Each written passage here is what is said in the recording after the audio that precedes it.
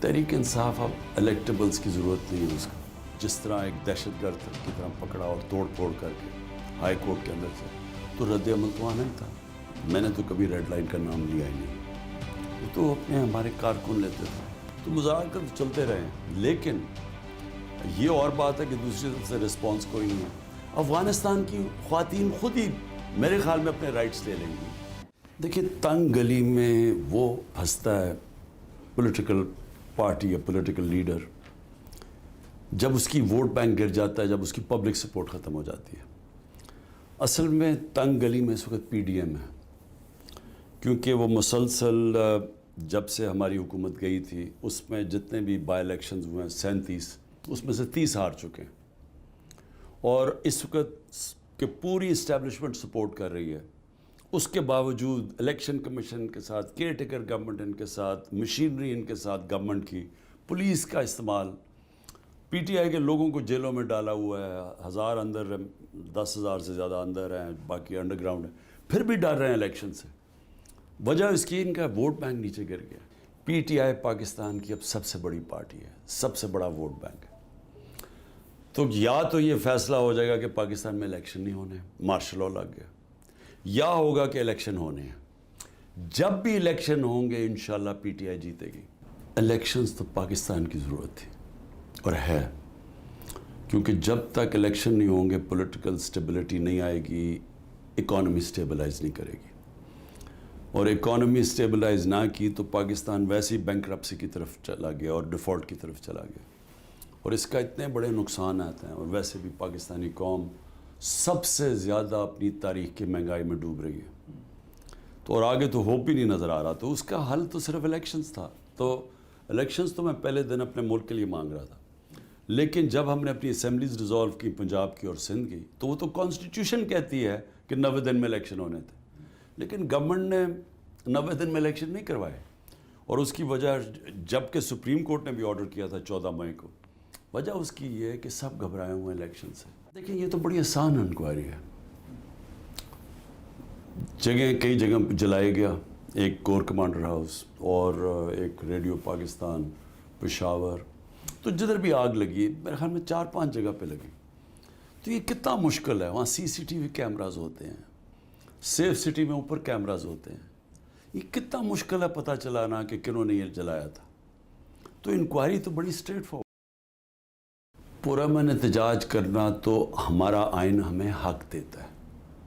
پرامن احتجاج اگر مجھے فوج نے جس طرح اٹھا کے لے کے گئے ہیں وہاں سے غیر قانونی طور پہ, اور جس طرح ایک دہشت گرد کی طرح پکڑا اور توڑ پھوڑ کر کے ہائی کورٹ کے اندر سے, تو رد عمل تو آنا ہی تھا. لیکن ہمارا ہمیشہ رد عمل پی ٹی آئی کا ہمیشہ پرامن احتجاج ہوا ہے. پرامن احتجاج اگر کہیں بھی کرتے کسی بھی جی ایچ کیو کے سامنے, تو وہ تو کرنا, وہ تو کوئی جرم نہیں ہے, وہ تو آئین ہمیں اجازت دیتا. توڑ پھوڑ کرنا, اندر جا کے جلانا, اس کے تو پہلے دن سے ہم سب مذمت کر رہے ہیں. اور آپ کور کمانڈر گھر کے باہر دیکھ رہے ہیں کہ ہم ڈاکٹر یاسمین, ہماری جو سینٹرل پنجاب کی پریزیڈنٹ ہے, وہ بار بار لگی ہوئی ہیں کہ اندر نہیں جانا کسی نے. تو یہ ہماری پارٹی کی تو پالیسی نہیں تھی. اب موب جب بن جاتا ہے, اس میں سے کس نے کیا, کس نے جان بوجھ کے کیا, کیونکہ اس نے موقع دے دیا گورنمنٹ کو کہ ایک پورا کریک ڈاؤن کر دے تحریک انصاف پہ. تو جو 4-5 جگہوں پہ نہیں تھے, یا مثلا کور کمانڈر کے گھر, اب کراچی کے لوگ, ساری جو باقی پاکستان, ان کا کیا قصور تھا کہ ان کو پکڑ جیل میں ڈال دیا. تو یہ تو پہلے سے تیاری کی ہوئی تھی. ہمارا جو ٹوٹل 10,000 ہے فگر, وہ ہمارے لوگوں سے آ رہا ہے. ہمارے جو ہمارے پہلے تو ساری سینئر لیڈرشپ پکڑ لی انہوں نے, پھر سارے پاکستان سے لوگ پکڑ رہے ہیں, جو تحریک انصاف کا اس کو پکڑ رہے ہیں. تو ہمارے تو لوگ اب غائب ہو گئے ہیں سارے. تو ہمارا اندازہ ہے انہوں نے ٹوٹل 23,000 لوگوں کی بنائی ہوئی ہے لسٹ تحریک انصاف کی, جس میں سے ہمارا اندازہ ہے کہ 10,000 پکڑ لیے. لیکن یہ کئی جگہ تو ملنے نہیں دیتے وکیلوں کو. اس کے بعد پھر کوئی شناخت پریڈ ہوتی ہے, وہ شناخت پریڈ ہی نہیں ہوتی. وہ عدالت کہتی ہے کیا نہیں جی, ابھی ہم نے شناخت پریڈ ہی نہیں کیا, اتنے زیادہ لوگ ہیں ہم کر. تو یہ تو ایک ٹوٹل فیشزم. تحریک انصاف کے وکیل ہیں, وہ ہر ڈسٹرکٹ میں ان کی ڈیوٹیاں لگائی ہوئی ہیں ان کو رہا کرنے کے لیے, لیکن کئی جگہ یہ ملنے ہی نہیں دیتے. اچھا, کئی جگہ انہوں نے پکڑے ہوئے ہیں لیکن ان کے اوپر ایف آئی آر نہیں کاٹی, انہوں نے نامعلوم افراد کے نام پہ ان کو اندر ڈال دیا ہے اور ان کے اوپر وہ فرد جرم ہی نہیں لگا رہے. کئیوں کے اوپر تو دہشت گردی کرتے. تو یعنی یہ ایک پلان منصوبے سے پی ٹی آئی کو کریش کرنے کی کوشش کی. میں نے تو کبھی ریڈ لائن کا نام لیا ہی نہیں ہے. وہ تو اپنے ہمارے کارکن لیتے تھے. وہ کیوں لیتے تھے؟ کیونکہ یہ غیر قانونی طور پہ مجھے گرفتار ایک دفعہ بھنی گالا کرنے آئے تھے. پبلک کو پتہ چل گیا, انہوں نے ایک دم وارنٹ نکالو اور آنے لگے تھے, تو پبلک اکٹھی ہو گئی وہاں. تو ان کو پتہ تھا کہ غیر قانونی طور پہ. پھر جب مجھے گولیاں لگیں تو اس کے بعد قوم کے اندر یہ خوف ہو گیا, ہماری پارٹی کے لوگوں کے اندر, کہ یہ مجھے پھر سے قتل کریں گے. اور ان کا خیال تھا کہ یہ مجھے جب جیل میں اس طرح جان کے پکڑ کے یعنی غیر قانونی طور پہ لے جانا چاہتے ہیں تو پھر سے قتل کرنے کی کوشش کریں گے. اس کا یہ مطلب ہے کہ ریڈ لائن ہے کہ اگر آپ نے اس سے یہ جو غیر قانونی طور پہ یا یہ جو پلان بنایا ہوا ہے اس کو ہٹانے کا راستے سے, کیونکہ ان کو تو واضح ہے نا, انہوں نے تو اوپنلی کہتے ہیں کہ عمران خان کو ہم نے الیکشن نہیں لڑنے دینا, اس کے اوپر ہم نے ریڈ لائن کر دی ہے. تو اس لیے اس کے رد عمل میں بھی آتا ہے کہ ہماری ریڈ لائن ہے. دیکھیں, تحریک انصاف اب الیکٹیبلز کی ضرورت نہیں ہے. اس کو سب سے بڑا ووٹ بینک ہے اس وقت تحریک انصاف کی, جس کی وجہ سے ڈرے ہوئے الیکشن کرواتے ہوئے. تو مجھے لوگوں کے آنے جانے سے پارٹی کو فرق نہیں پڑتا جب اس کا ووٹ بینک اتنا بڑھ جائے جو ماشاءاللہ اس وقت تحریک انصاف کا ہے, تو اس سے ہمیں کوئی فرق نہیں پڑے گا. کوئی ایک ایسا لیڈر جس کے چھوڑنے پہ آپ کو کافی دلی؟ مجھے جو ہمارے پرانے تھے ان کے اوپر ہوا تو صحیح کہ میرے ساتھ دیر کے تھے. پھر مجھے خاص طور پہ شیرین مزاری کا پتہ ہے کہ اس کے اوپر بہت دباؤ ڈالا گیا اس کی فیملی کی طرف سے.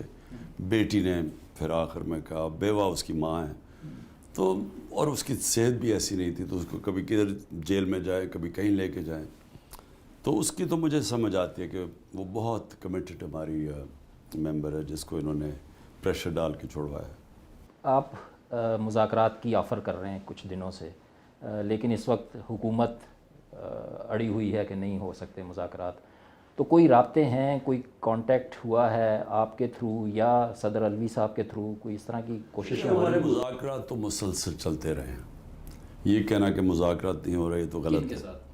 پہلے جب ہماری پارٹی جب گورنمنٹ سے گئی تو ڈاکٹر علوی کی طرف میں خود باجوہ کو 2 دفعہ ملا ہوں, اور ہماری پھر کمیٹی تھی جو ملی ہے اس کو. تو مذاکرات تو الیکشنز کے لیے ہم کرتے رہے. وہ تو باجوہ صاحب کے دور کی بات ہے نا. لیکن میں بھی بتاؤں, اس کے بعد پھر چیف جسٹس صاحب نے کہا کہ کمیٹی بناؤ اور آپس میں پی ڈی ایم کے ساتھ ڈسکس کرو الیکشن. پھر ہماری کمیٹی بنی, ان کی مذاکرات ہو رہے تھے. تو مذاکرات تو چلتے رہے ہیں, لیکن یہ اور بات ہے کہ دوسری طرف سے رسپانس کوئی نہیں ہے, کیونکہ وہ مذاکرات تو وہ چاہتا ہے کہ جو کوئی اس کا حل چاہے. اب حل اس کا الیکشنز ہیں, وہ الیکشنز چاہتے نہیں ہیں.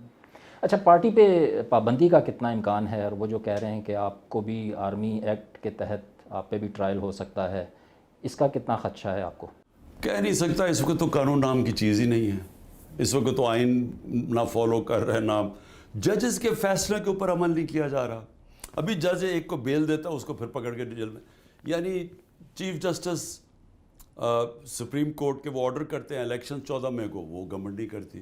تو اس وقت تو قانون ہے ہی نہیں نا. اس وقت تو ایک ملک چل رہا ہے طاقت کے اوپر, جو طاقتور فیصلہ کرتا ہے وہی ہو رہا ہے.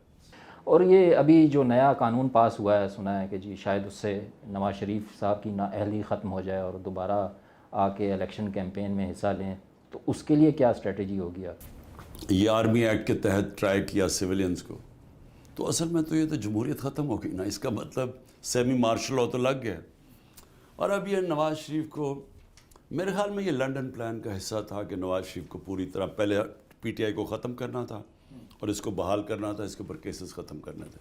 کے پی اور پنجاب اسمبلی جو آپ لوگوں نے تحلیل کی پریشر ٹیکٹک کے طور پہ, آپ سمجھتے ہیں اچھا فیصلہ تھا یا غلط فیصلہ تھا؟ ویژن کیا تھی؟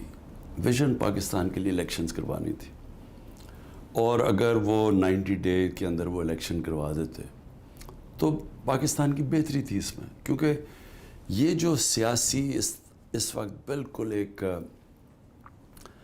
ایسی صورتحال بنی ہوئی ہے غیر یقینی کی, یہ تو تباہی ہے ملک کے لیے. اس میں تو اکانومی اٹھ ہی نہیں سکتی, وہ بیٹھتی جائے گی. تو اس کا حل تو صرف الیکشنز ہے. اب اگر انہوں نے آئین کو فالو نہیں کیا اور الیکشنز